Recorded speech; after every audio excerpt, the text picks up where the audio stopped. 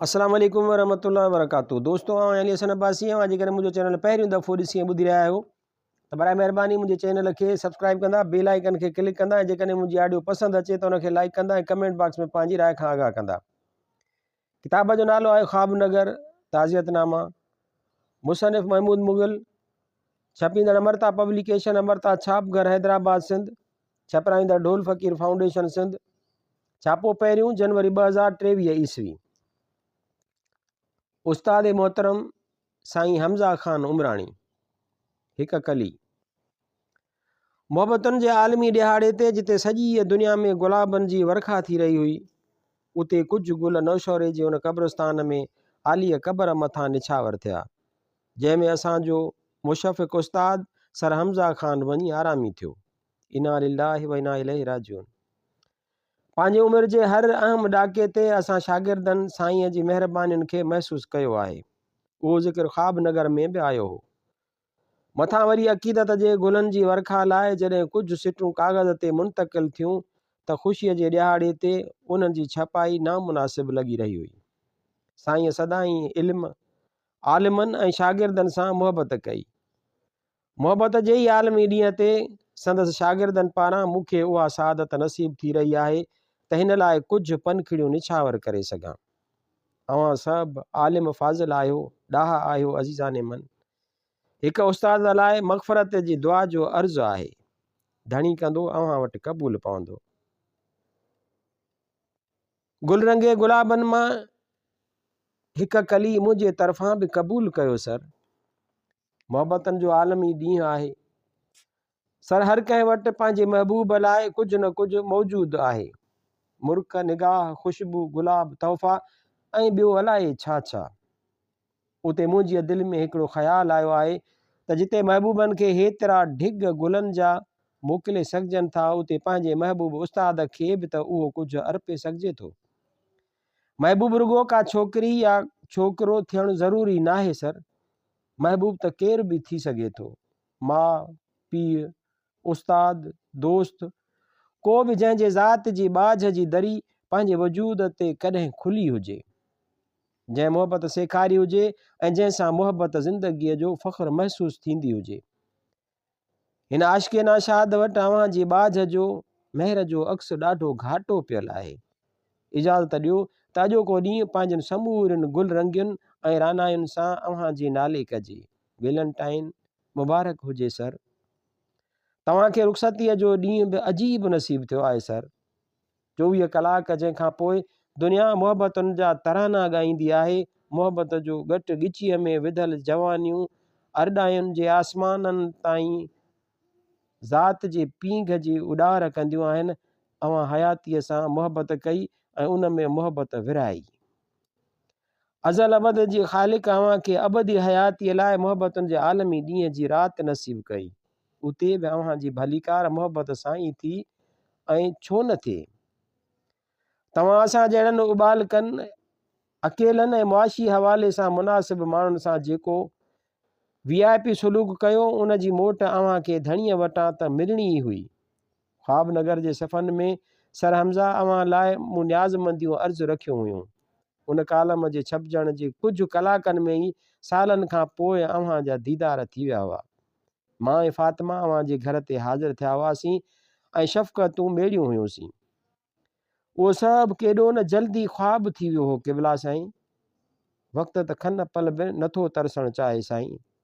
रुगो यादुनि जा बोरा भरे हयातुनि जे कुल्हनि खे बारगीर कंदो अॻिते रवानो थी वञे थो।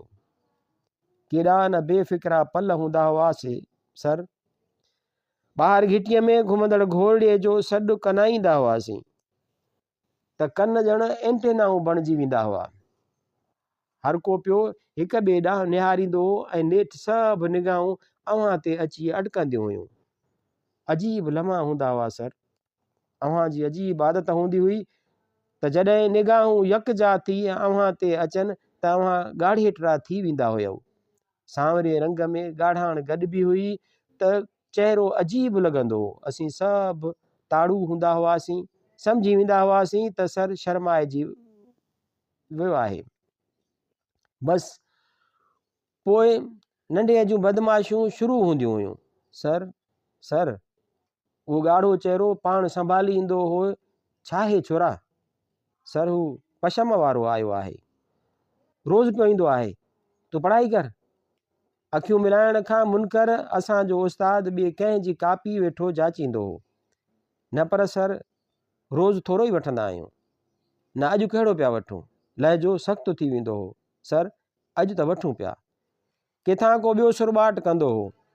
रुख जी कैमरा मुड़ी वेंदी हुई, कहिड़ी ख़ुशीअ में सरकार तकिया कलाम हूंदो हो ऐं असां बि चूंडे ई अव्हां ते रखियो हो।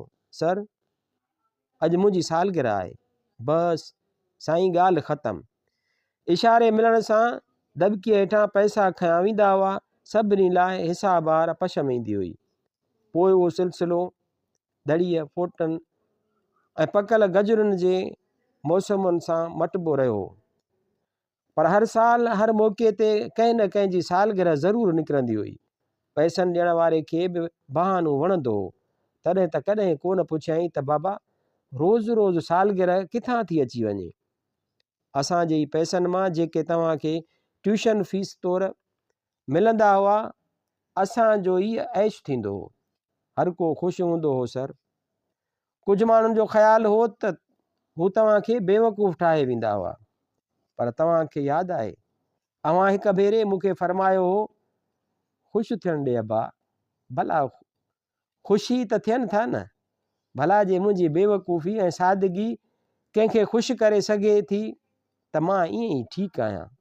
हल भला हुननि जा ॾिनल पैसा आहिनि, हुननि ते ई ख़र्च था थियनि त छा थियो? जंहिंखे जेको रिज़्क़ मिलणो आहे मिलंदो। भला जे मालिक मिठो हमज़े जे मार्फत ॾियारे त यार लख खटियोसीं। जीअं अॻु में लिखियो हो। सर अव्हां कॾहिं बि असां खां ट्यूशन जा पैसा ॻणे न वरिता। बसि हिकु टुॿणी पई हूंदी हुई ऐं हर को पियो उन में पैसा रखंदो हो। मज़े जी ॻाल्हि त तव्हां वटि कुझु फ़िक्र ई कोन हूंदो हो। केतिरा ॾियणा आहिनि उहो पुछी बि न सघिबो ऐं तव्हां ॿुधाईंदा बि कोन हुयव त बाबा जेतिरो तोखे मुनासिबु लॻे या तोखां पुॼे उन में रखी छॾिजांइ। टुॿणीअ ॾांहुं इशारो कंदा हुयव ऐं 5 सालनि जी रफ़ाक़त में सर मूं कॾहिं बि उहो कोन ॾिठो त तव्हां उन टुॿणीअ ॾांहुं कंहिंखे इशारो कयो हुजे या कंहिंखे लेट फ़ी या फ़ीअ जे न हुजण लाइ कुझु चयो हुजे। सभिनी खे ॼणो लॻंदो हो त सभु कुझु ख़ैराती हो। हाणे ख़ैरात बि न चवणु घुरंदा हुआसीं। माली हालतूं सभिनी जूं तक़रीबन साॻियूं हूंदियूं हुयूं। हाणे वरी बि केरु थो ईअं तस्लीम करणु घुरे। सभई नवाब थी पिया घुमंदा हुआसीं। तंहिं ज़माने में सर ज़िंदगी अची ख़तमु थी हुई ॿिनि हुनरनि ते, या त माण्हू डॉक्टर थिए या इंजीनियर। ही ॿिया सभु पेशा त पोइ निकिता आहिनि।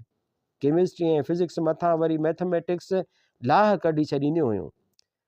कुदरत ख़ुदा जी अव्हां खे कमाल दस्तरस हासिल कई उन्हनि मज़मूननि ते। सॼी हैदराबाद में अव्हां जी हाक हुई। जिते केतिरा ई ॿिया उस्ताद पंहिंजा सेंटर पिया हलाईंदा हुआ, उते अव्हां असां जहिड़नि सां उन गुरबत में कमाल ख़ुशी महसूसु कंदा हुयव। ठीकु आहे बचा, पैसा ॾियनि था, तव्हां हिकु वारे मुर्कियो हो, पर यार महमूद उहो डपु ड्रा लाइ आहे। न त हर को पियो पंहिंजी मर्ज़ी हलाईंदो। थोरी घणी सही ट्यूशन फ़ी हूंदी न त पढ़ण वारे खे अहसासु थींदो, क़दुरु थींदुसि पंहिंजे पैसनि जो, ईंदो बि ज़रूरु ऐं लॼऊं पढ़ंदो बि लाज़मी। न त जे ईअं छूट ॾींदासीं त सभु कुझु तबाह थी वेंदो सरकार। हाणे उहा नाले मातर फ़ी जेका बि असां मां घणा अफोर्ड करे न सघंदा हुआ हूंदी ज़रूरु हुई। उन जी पुछा भले न थिए, पर उहो अहसासु ज़रूरु हूंदो हो त केतिरनि महीननि जी फ़ी ड्यू थी वई आहे। पोइ हर को पियो पंहिंजा खंदा जाचींदो हो, पियो हिसाबु कंदो, चुक्तू कंदो। पर हाणे उमिरि अज़ीज़ जे हिन दौर में सर असीं अव्हां जा सेखारियल, अव्हां जा पढ़ायल, अव्हां जे कहिड़े हिसाब जी अदायगी कयूं सर? असां त फ़ी कलाक लेक्चर जे हिसाब सां रक़म वठूं था। उन में बि 50 मिंटनि जे लेक्चर में 10 मिंट हाज़िरी वठण में ऐं पननि वराइण जे नज़र थियनि था। बाक़ी वञी को अधु कलाक खनि क्लास थिए थो। तव्हांजे इल्म अमल जी ॾोर असां खां छॾाइजी वई आहे सर। अलाए उहो सभु ईअं छो थी वियो आहे ऐं कीअं थी वियो आहे? असीं अवां जा सभु शागिर्द कमाल निकितासीं। सर जेको जिते मिले थो उते धणीअ जी महिरबानी ऐं अवां जी महिनत जे तुफ़ेल कंहिं न कंहिं टॉप ब्रेकेट में मौजूदु आहे। असांजो सॼो ग्रुप त ख़ासि तौर ते वॾी ॼाण वारो लाइक़ु ऐं अलाए छा छा तौरु मशहूरु आहे। असां जहिड़नि बेवकूफ़नि ऐं नालाइकनि खे जे दुनिया ईअं यादि करे थी त उहो सभु अवां जे मोहबतुनि जो एजाज़ आहे। सर पंहिंजे शागिर्दनि में इल्म सां ऐं इल्म जी वंड विखेर सां अवां जी मोहबत असांखे रंग लाए छॾिया। सर अॼु मोहबतुनि जे आलमी ॾींहं ते सर असीं सभु मुफ़्तख़ोरा जन एॾी ॼाण लाइक़ी ऐं पंहिंजनि मज़मूननि में कमाल अवां जे महिनतुनि सां हासिलु कयो। अवां जी नए सफ़र ते दुआउनि जो हदियो पेश करणु था घुरूं। धणी मिठो अवां खे बहितर खां बहितर जाइ ॾिए, अवां ते महिर करे, बाझ करे, अवां खे बख़्श करे, बिल्कुलु ईअं जीअं अवां पंहिंजनि शागिर्दनि सां उन पैगंबरी पेशे में सुलूक कंदा हुयव, संदन कोताहियुनि खे दरगुज़र कंदा हुयव ऐं घणो करे फी सबीलिल्लाह खेनि मुआफ़ कंदा हुयव। दातार तव्हां सां बि उहो ई सुलूक करे। आमीन। पंहिंजे रहंदे साह ताईं साईं मोहबतुनि जी हिन आलमी ॾींहं ते जॾहिं दुनिया गुलाब विरहाईंदी आहे त ही ख़ाकस्ता वजूद पंहिंजी न्याज़मंदीअ जी कली पेश कंदो रहंदो। हक़ न अॻ में अदा करे सघियोसि न हाणे थी सघे थो। थोरा लाहे नथा सघजनि ग़ाइबा ज़रूरु। तव्हां जहिड़ो हिकिड़ो उस्ताद बि हाणे हुजे त सर त अलाए केतिरा महमूद जनम वठी सघनि था। मौलाए कुल जलशानहू अवां जी मरकद खे आसूदो करे। आमीन। आचर 18 फरवरी 2007 ईस्वी ते शाया थिया। मौसीकार उस्ताद रजब अली रज़ा राज़ी बरज़ा। उस्ताद रजब अली रज़ा बि रब जी रज़ा ते राज़ी थी जहान ऐं रंग बू मां रुख़सती वरिती। इना लिल्लाहि व इना इलैहि राजिऊन। वरी कुझु देरि लाइ ॼण माठ जी हुक्मरानी थी वई आहे। हारमोनियम हिकु कुंड में मथे ते कपिड़ो विझी कंधु झुकायो वेठो आहे।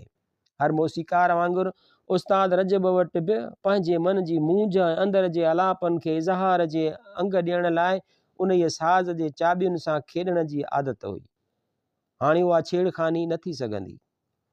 ज़माने जो दस्तूर आहे, कार वहिंवार आहे सो हलंदो रहंदो। सॼी उमिरि उहो हारमोन बि को उते कोन पियो हूंदो। को ॿियो अची उन ई सुर जे संगत जे साथ खे महसूसु करणु घुरंदो। पर उहे बेजान कीज़ बि हाणे ॼाणनि थियूं त उस्ताद रजब अली रज़ा नाहे मोटणो। उहो छा सदाईं लाइ ग़ाइब थी चुको आहे। उहा मुर्क मांद थी वई आहे। हारमोनियम जो ज़िक्र उन लाइ बि बिना ज़रूरी हो जो पंहिंजे हयातीअ में उस्ताद रजब मरहूम उस्ताद फ़ैरोज़ गुल खां पोइ उहो ॿियो गुनी वजूद हुयो जंहिंसां ॼण हारमोनियम गुफ़्तगू कंदो हो। असीं आम हयातीअ में जंहिं बि लॿो लहजे सां ॻाल्हाइणु घुरूं, जंहिं निस्बत सां का बि ॻाल्हि चऊं, उहे ॿई हमा जहत उस्ताद बिल्कुलु उन ई टोन खे हारमोनियम जे इज़हार जे हवाले सां कंदा हुआ। हाणे जॾहिं गुफ़्तगू ई सुरनि जी रिदा ओढ़े सघे थी त अलाप ऐं निजा सुरत ॻाल्हि ई ॿी आहे। कहाणी वरी बि उहा ई साॻी थी। अज़ीज़ाने मन, दुनिया जा चार टूअर कंदड़ हंधे माॻे पंहिंजे फ़न जो मुज़ाहिरो कंदड़ वटि मुज़ाहिरो कंदड़ मर्ज़ जी दवा दारूअ जी अदायगीअ लाइ रक़म कान हुई। शौकत खानम मेमोरियल खेसि उन ई ख़ालिस सबब जे करे मोटायो हो, छाकाणि त रजब उस्ताद हिकु आम माली हैसियत वारो वजूद हुयो। हयातीअ शायदि एतिरी मोहलत न ॾिनी हुअसि जो हू कुझु एतिरो पाछी करे सघे जेको खेसि मींहं वसंदे कमु अचे हा। फ़िक्रे मुआश फ़िक्रे जान खां ॾाढो मथां थी वञे थो साहिबाने ज़माना। हिते बि शायदि अहिड़ी ई का कथा हुई। उते वरी साॻियो उहो सुवाल पैदा थो थिए, छा थो थिए उन्हनि सभिनी खे या सभिनी सां? लख कमाइनि था, हर रोज़ हिकु महफ़िल मचे थी, हज़ारे प्रोग्राम कनि था, बचाइनि छो कोन था? छो थो आख़िर ईअं थिए जो आख़िर में अची मिटी ख़राब थिए थी? सकाफ़ती खाते जा पेर झरणा पवनि था मिंथुनि मेड़ुनि जो काफ़िलो तयारु थिए थो, जंहिंजो नालो कंहिं वटे ते नाहे, सो बि हिकु अदद बयानु दाॻे छॾे थो। हर फ़नकार न सही, पर उन्हनि जी अक्सरियत छो ईअं फाका कशीअ जो शिकार थी आख़िर में तकलीफ़ुनि खे मुंहुं ॾींदे जहान मां रुख़सत थिए थी। जिस्मानी पीड़ा त पंहिंजी जाइ ते, पर उहा माली पीड़ा छो संदन दर नथी छॾे। हाणे उन जो जवाब बि किथे किथे ॾाढो सादो आहे। साईं, शोहरतुनि जे ॾाकण ते चढ़ण खां पोइ जग जहान सां ॾेठ वेठ थिए थी। मतिलबु माण्हू सुञाणनि था, मतिलबु उथणी वेहणी अलॻि रखणी पवे थी, मतिलबु लटो कपिड़ो अलॻि हुजे, हार सिंगार मुख़्तलिफ़ हुजे, ॿियनि जे निगाहुनि खे मुंहुं ॾियण लाइ कुझु त हुजे। सुञाणप बि त हिकिड़ो अज़ाब आहे, भरम उन खां वधीक। हाणे उन्हनि जो ख़्यालु त रखिणो आहे, मतिलबु त ज़िंदगीअ में ज़रूरतूं ऐं तक़ाज़ाऊं पंहिंजो ॼार मुकमल नमूने विछाइनि थियूं, ऐं मतिलबु उन मतिलब जे हिकु लफ़्ज़ में ॼण हिकु पूरी कोड़की हयातीअ खे ॻेहण जी मुंतज़र हुजे थी। ऐं मथां वरी हथ ॿधी उहो बि अर्ज़ु कजे थो त किथे किथे उन्हनि हयातुनि में कुझु ॿिया रंग बि हुजनि था। लॉन्ग इवनिंग्स, तवील शामुनि जे बंदोबस्त में कुझु घणो ई ख़र्च थी वञे थो। मथां वरी कुझु ॿिया लवाज़मात बि ख़र्च घुरनि था, जेके फ़नकार बिरादरी वापराईंदी आहे। ऐं सभ खां अहम ॻाल्हि त उहा बि आहे त ही रोज़ी हवाई आहे। मिली मिली न मिली, कमु मिलंदो त आमदनी थींदी, जेकॾहिं नथो मिले त को फ़नकार धाड़ो हणण खां त रहियो। पर हिकु डिघे साथ में अज़ीज़ान मन, मां निजी हवाले सां अर्ज़ु करणु थो घुरां त उस्ताद रजब अली रज़ा उन्हनि आदतुनि खां तमामु परे हूंदो हो। ख़ुशि लिबास, ख़ुशि अतवार उस्ताद साईं सदाईं हिकु मुहज़िब ऐं पढ़ियल ॻढ़ियल उस्ताद जो ॾेखु ॾिनो, जेको फ़ने मौसीक़ीअ खां सवाइ ॿियनि अनेक इल्मनि में बि माहिर हो। रुॻो कंपोज़िशन ॾींदो कोन हो, बल्कि कंपोज़िशन सेखारींदो बि हो। उते बिना कंहिं हॿक जे उहो बि लिखणु ज़रूरी आहे त क़दीम उस्तादनि मां शायदि हू वाहिद मौसीक़ार हो जंहिंखे अंग्रेज़ी ज़ुबान ते बि सुठी ॼाण हूंदी हुई। जॾहिं बि मुलाक़ात थींदी हुई त संदसि ज़ुबान ते सलाम दुआ खां पोइ ऐं ख़ासि तौर ते भाकुर पाइण खां पोइ हिकदमि ईंदो हो, सलामत रहो, ख़ुशि हुजो। सादे सूदे वजूद ते हिकु ख़ालिस मुर्क साण उन्हनि जुमिलनि जो तवाज़ुन गज़ब जो हूंदो हो। अॼु हिननि सिटुनि में संदसि हवाले सां उहो सभु लिखंदे लॻे पियो त आहिस्ते आहिस्ते उहे जुमिला असां में बि उन जे मार्फत ई आया। आदुरभाव जो उहो अंदाज़ बिला शक संदसि मख़सूस मिल्कियत हो। आम ॻाल्हि उहा बि हुई साहिबाने ज़माना त कॾहिं बि हिन लॾे जी का बि शिकायत मूं उस्ताद खां न ॿुधी। तक़रीबन 30 साल गुज़रिया आहिनि मौसीक़े जे मैदान में शाही कारीगरनि सां मिलंदे। किथे मिलण जो शरफ़ मिलियो आहे त किथे वरी कंहिं कुंड पासे में वेही ॿुधण जो। हैरत अंगेज़ तजुर्बा हिन हयातीअ में हासिल थिया आहिनि। स्क्रीन ते शराफ़त जो पैकर नज़र ईंदड़ महिरबान निजी महफ़िल में गार खां सवाइ जुमिलो मुकमिल न करे सघे त छा थो करे सघिजे। ऐं तंहिंखां सवाइ गिला जो गांघो त पियो ई पियो हूंदो आहे। अलाए छो हिक ॿिए जो कमु पसंदि ईंदे बि नापसंदि थी वेंदो आहे। उन काल जे जहान में जॾहिं बि कठा थिया हूंदासीं त उस्ताद रुॻो सुरनि जी ॻाल्हि कई हूंदी, या वरी पोइ कंहिं शागिर्द जी का ख़ूबी ई अॻियां वधाई हूंदाऊं। ईअं घटि में घटि मूंखे नथो लॻे त किथे हिननि का दांह कई हुजे, ऐं दांह त अज़ीज़ाने मन हिननि आख़िर ताईं न कई। हिकिड़े ई इदारे में नौकरी कंदे अनेक भेरा मुलाक़ात थी हूंदी।